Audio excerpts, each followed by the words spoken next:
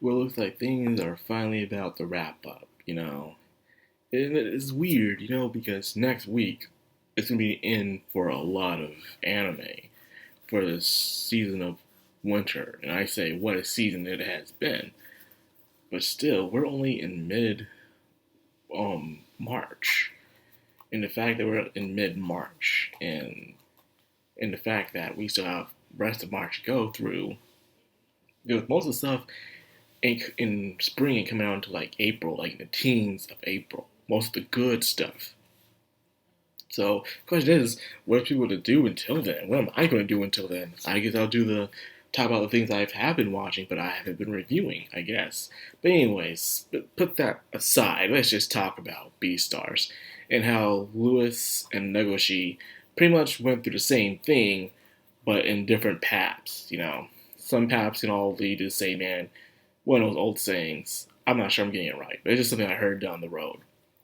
Well, anyways, with Legoshi's path, he was, training, not eating meat, shaved himself, even to the point he's eating larvae and having these weird dreams about a moth and telling him, understanding hoverboards, stop pitting them all the time, stop forcing your ideals on all the time. In the day, they're still the same as yourself, but just a different creature in the end of the day. And that's what he's forgotten, treat them equally. Don't protect them because you pity them, protect them because you care about them. And that's all you should do in the end of the day. So he understands hoverboards now. He likes hoverboards, He said he also wished he wasn't a wolf, but if he wasn't a wolf, he wouldn't have the strength to do what he needed to do.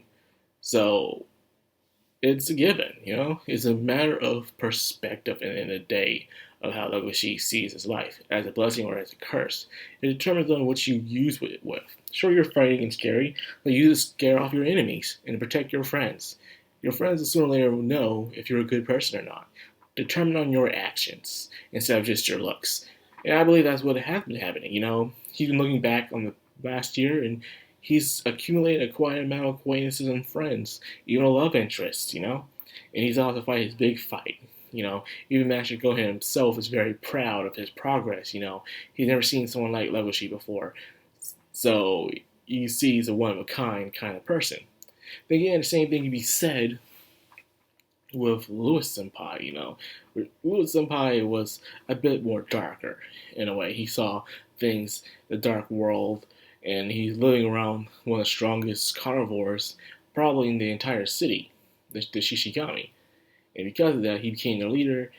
They have changed, instead of just being associates and a number, they're more like family than ever before. They're joking around, they're just hanging out, having a good time. Even Iwaki himself wished to look after him, and even willing to put his life on the line for him, because he knows him dying under their watch will be a bad thing.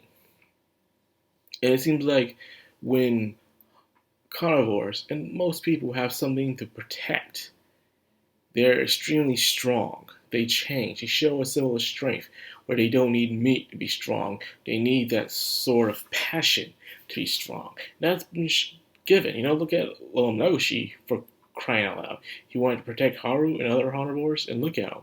Look how strong he is. Even without eating meat, he learned a new way of fighting. And now you see that Shishigami himself wanting to protect Lewis, so nothing would happen to him. And now they're strong. They're more connected and bonded than ever were before. Things definitely have changed for them, for the better. Now, without this fight, of course, the one funny scene at the bar where they're thinking, what should they do? Legoshi's like hoping that some senpai will notice him and have talk to see his fight. Lewis wants to kill himself and say, why am I in this situation? Iwaki's getting it completely wrong by saying, well, is this kind of what I'm bossed into? I hope not. Oh goodness, that was a pretty funny scene. You could say Legoshi did a JoJo reference. JoJo Bizarre Adventures Part 2, Battle Tendency, when Joseph Joestar disguised himself as a woman to sneak into a base. That was funny. That was freaking hilarious, by the way. Now, that being said, let's also look at Ritz's side. You know, how Ritz, like I said, Ritz is a good antagonist. I don't want to call him a villain. I want to call him an antagonist. You know, he he has brains and he also has strength. He's been getting bigger and he's able to control himself to a point where he's just not varying everybody. Where his strength is unbearable to the point where he can just crush a can without even trying. You know, it's very impressive. And the fact he's so cooked to for his two roommates, you know, is all how he can just switch. Those are the most dangerous kind of villains. Those psychopaths, you know, those people who can just switch. You know, they have these inner evil thoughts on the inside, or think completely something completely different, yet act the exact opposite on the outside. You can't even tell.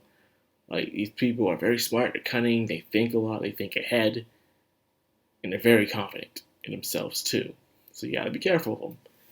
So how that is, especially how what he did to Pina, I wonder if it's gonna happen. He has his motivation. He has been taking his pills. Now he gave Loki motivation. I ate Pina. Or we are assuming he ate Pina. We'll have to wait and see if that's what really happened.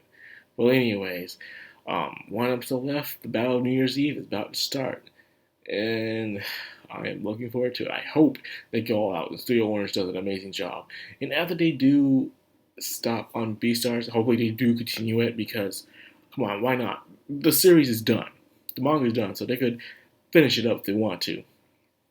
But I'm hoping Steel Orange also continues on Land of the Luxurious as well. That was their first project, and if you ask me, that was just gorgeous, by the way.